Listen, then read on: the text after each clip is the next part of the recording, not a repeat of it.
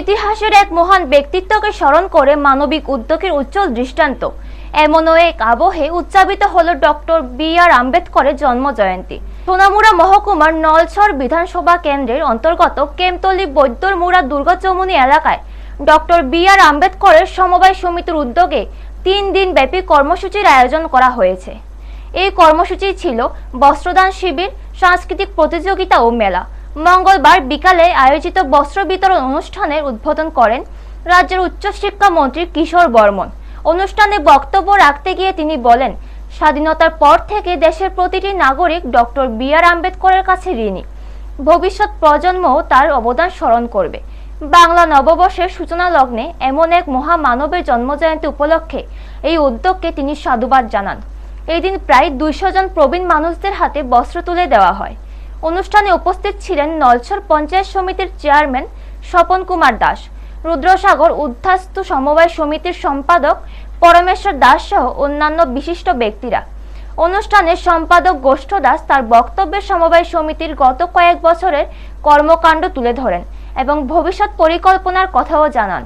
তিনি বলেন, গত 7 বছর ধরে এই প্রতিযোগিতামূলক সাংস্কৃতিক অনুষ্ঠান ও মেলার আয়োজন করা হচ্ছে, যার মূল উদ্দেশ্য তফসিলি অংশের মানুষের কৃষ্টি ও সংস্কৃতির বিকাশ এবং আর্থ-সামাজিক উন্নয়ন। ব্যুরো রিপোর্ট, নিউজ তৎকাল 24। এমন একজন মহাপুরুষ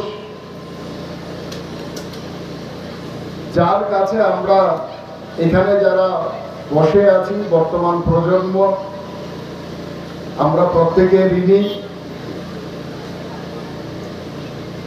এর পূর্ববর্তী প্রজন্ম দেশ স্বাধীন হওয়ার পর যার কাছে ঋণী ছিল এবং আগামী প্রজন্ম যার কাছে ঋণী থাকবে এবং ভারতবর্ষ যতদিন থাকবে ভারতবর্ষের প্রত্যেকটা নাগরিক যখন জন্মগ্রহণ করবে যার কাছে চিরজীবন ঋণী হয়ে থাকবেন উনি আর কেউ না, ডক্টর বি.আর. আম্বেদকর।